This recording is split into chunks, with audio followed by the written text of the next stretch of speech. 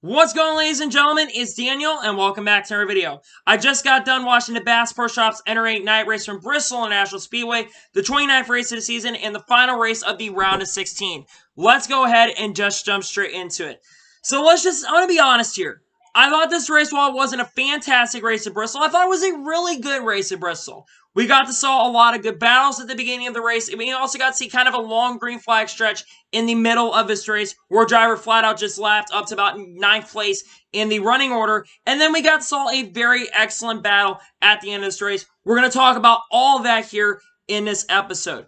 To start off, it looked like Chase Elliott at the beginning of this race was going to have the fastest car as he drove all the way up to the early portion of the lead. Actually, Kevin Harvick led the early portions of this race for the competition caution come out, which would actually be Ricky Stenhouse Jr. crashing hard in the inside wall from some contact from Jimmy Johnson, but Jimmy Johnson kind of had to check up. I think it was from a Rick Ware Racing car. We're going to be talking about them a lot in this episode, but man, Rick Ware Racing was just a bunch of clowns in this race. They caused a couple of the issues tonight in this race, and they caused Jimmy Johnson to make Ricky Stenhouse Jr. crash hard in the inside wall. But that's also the second time that Ricky Stenhouse Jr. and Jimmy Johnson have had an incident at Bristol Motor Speedway, and that would bring the competition caution out in this race.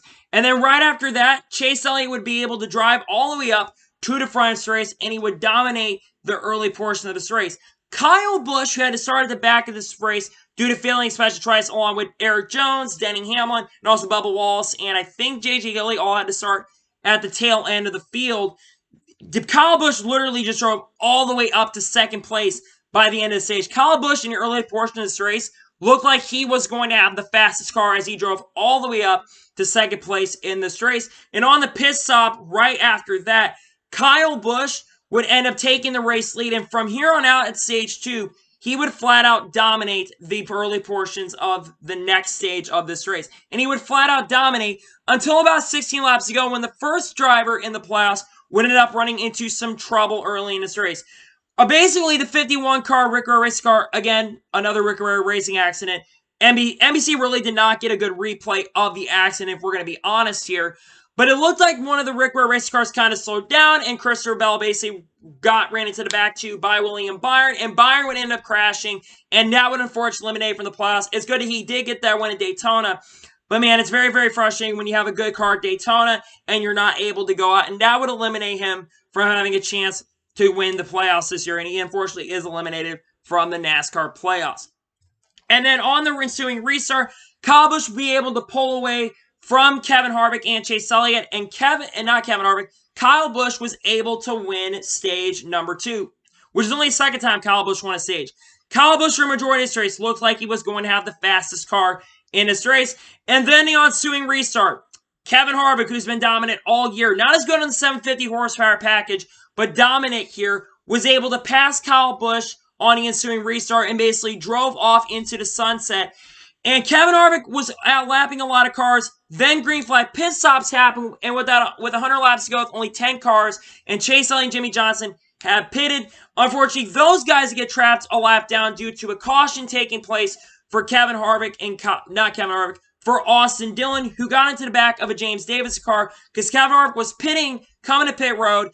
And then basically a James Davison car decided to drift to the left because I don't know what this car was doing. It was like 20 laps down. He really shouldn't have been on the track. Austin Dillon was trying to avoid Kevin Harvick, went up the track, and would bring out the caution. The 77 car Reed Sorensen would also be involved in this crash. Because of this, only 6 cars finished on the lead lap in this race, which is really, really unfortunate for those guys. And that is very unfortunate. Which would only, like I said, put 6 cars on the lead lap. That being Kevin Harvick, Kyle Busch, Eric Jones, Tyler Reddick, Eric Almirola, and Clint Bowyer were the only cars to stay on a lead lap after the caution came out. And it's crazy because usually Bristol doesn't have 6 cars finish on the lead lap, but that would end up being the case. The final 8 laps would be a really awesome duel between Kyle Busch and between Kevin Harvick in this race. Kevin Harvick drove off at the beginning portions of this race, but Kyle Busch came right back. And Kyle Busch actually would pass Kevin Harvick with about 50 laps to go in this race. But then Joey Logano comes in, and Joey Logano and Kevin Harvick are battling for the race lead, and Logano decides to come up in front of Kyle Busch, and that unfortunately would cost Kyle Busch the win of this race, because Kyle Busch really was never able to get back by Kevin Harvick in this race, and it's a shame because Kyle Busch really had a fantastic car tonight. Kevin Harvick would hold off Kyle Busch in a very awesome final 50 laps, back and forth, great racing. We also saw Erik Jones driving his way up in third position, and Tyler Reddick also gaining on because they were battling really hard for the win in this race. Unfortunately, like I said, Kyle Busch would not, unfortunately, get by Kevin Harvick in this race, and Kevin Harvick was tonight able to score his 9th win of the season and his 2nd win of the round of 12. Kevin Harvick, in my opinion, is now the clear favorite for the championship. He's flat out dominating on 750 horsepower package races. He's got 2 wins of those now. And Phoenix's 750 horsepower package race, I think he goes right back on top as the favorite in the championship. So congratulations to Kevin Harvick. And I feel really bad for Kyle Busch. Kyle Busch tonight looked like he had the car to beat a majority of this race. He came home second tonight, though, which, again, Kyle Busch, man, closest he's been to winning a race. Best car he's had all season, and he was very frustrated. He said a very big slur word. He said a very big slur word where he kept going across the screen, and he was very, very mad. I can honestly not blame him for being mad when you know a guy basically who's in the playoffs is going 2 laps down, named Joey Logano being an idiot in this race. I know that you're trying to maybe stay on 1 lap down in case caution comes out late and you may be able to get the waiver and have a shot.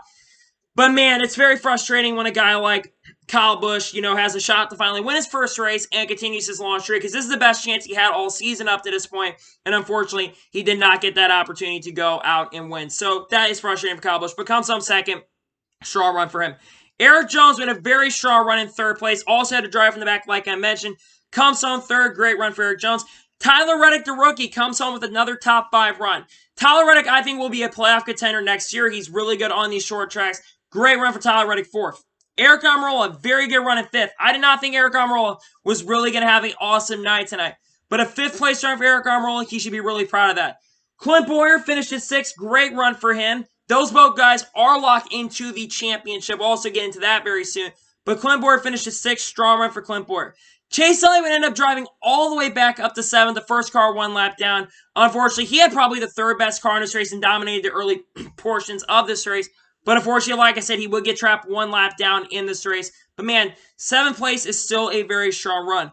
Chris Buescher with a very excellent run in 8th place. Great run for Chris Buescher.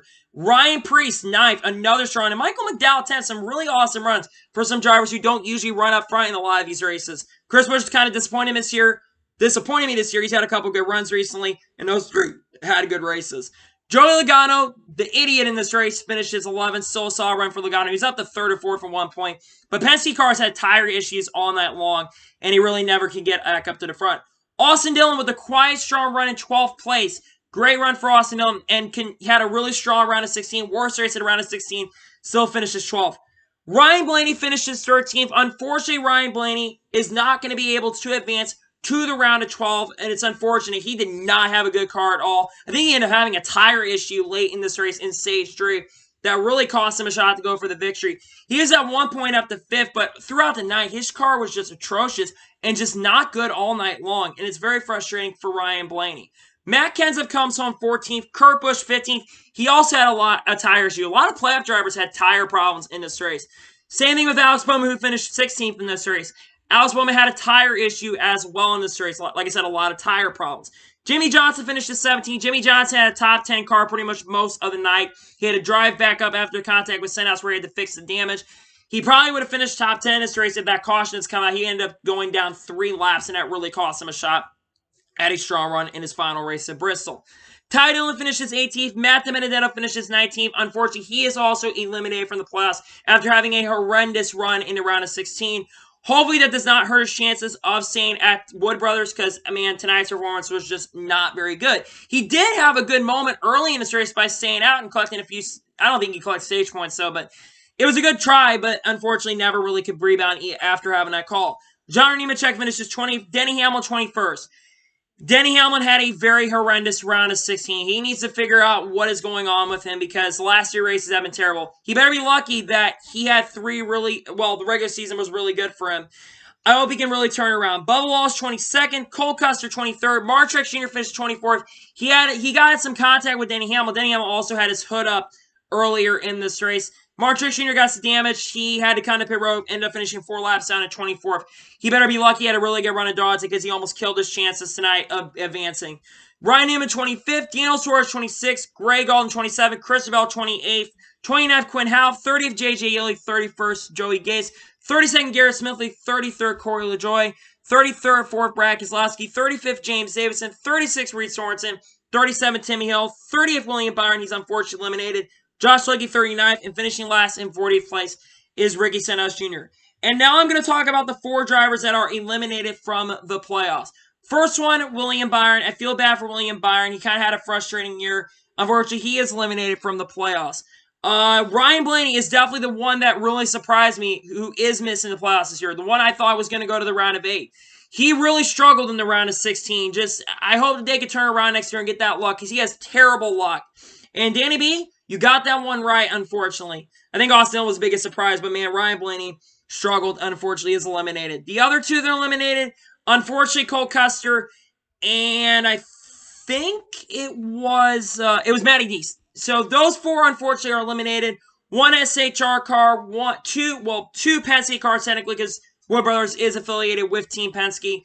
Very, very frustrating for those guys. They'll unfortunately be eliminated. So now we're going into the round of 12, where we are going to see, as we go to Las Vegas next week, I think it's going to be very crucial for some guys to bounce back like Brad Keselowski and Mark Truex Jr., who are 2 really good drivers at a track like Las Vegas. I think those guys have a really good chance to maybe bounce back, as they will start new in the round of 12. So now, as I conclude, let's go ahead and talk about the race review and get out of here.